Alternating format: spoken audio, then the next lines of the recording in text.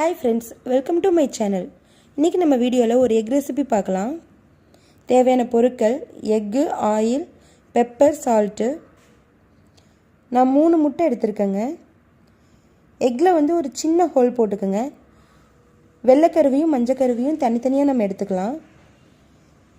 சின்னதா ஹோல் போட்டு எடுத்தீங்கனாலே உங்களுக்கு வெள்ளை கரு மட்டும் தனியா வரும். வெள்ளை கருவை எடுத்துட்டு அதுக்கு அப்புறம் கொஞ்சம் பெருசா ஹோல் போட்டு மஞ்சள் கருவையும் தனியாக எடுத்துக்குங்க.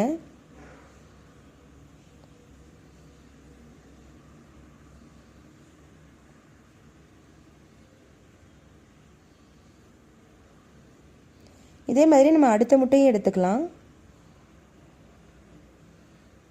ஒயிட் கரு மட்டும் ரொம்ப பொறுமையாக எடுத்துக்குங்க.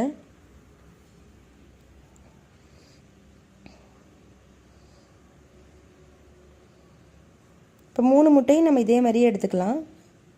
வெள்ளை கருவையும் மஞ்சள் கருவையும் தனித்தனியாக எடுத்துடலாம். இப்போ நம்ம வெள்ளை கருவை நல்லா பீட் பண்ணிக்கிறோம். ஒரு சாஃப்ட் க்ரீம் மாதிரி வரணுங்க. ஒயிட் கலர் க்ரீம் மாதிரி வரும். அந்த அளவுக்கு நல்லா பீட் பண்ணிக்கலாம். பாருங்கள், நம்ம க்ரீம் மாதிரி ரெடி ஆயிடுச்சு.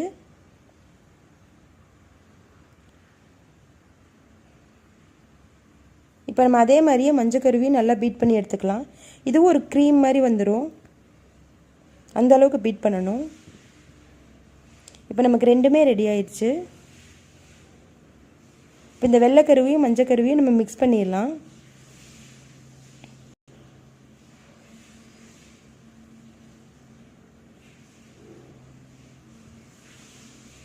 நல்லா மிக்ஸ் பண்ணி விட்டுருங்க.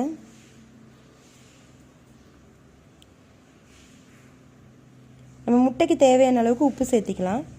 நீங்கள் ஒரு 5 முட்டை போட்டிங்கன்னா அது தேவையான அளவு உப்பு சேர்த்திக்கிங்க.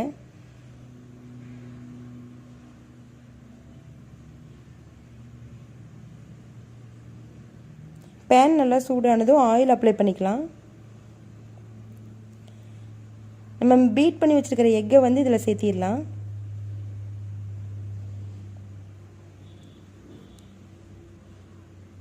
லோ ஃப்ளேம்லேயே வச்சு ஒரு 5 மினிட்ஸ் வேக விடுங்க.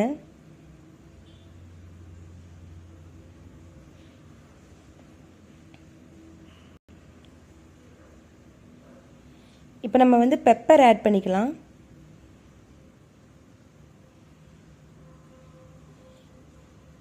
இது நம்ம திருப்பி போடக்கூடாதுங்க.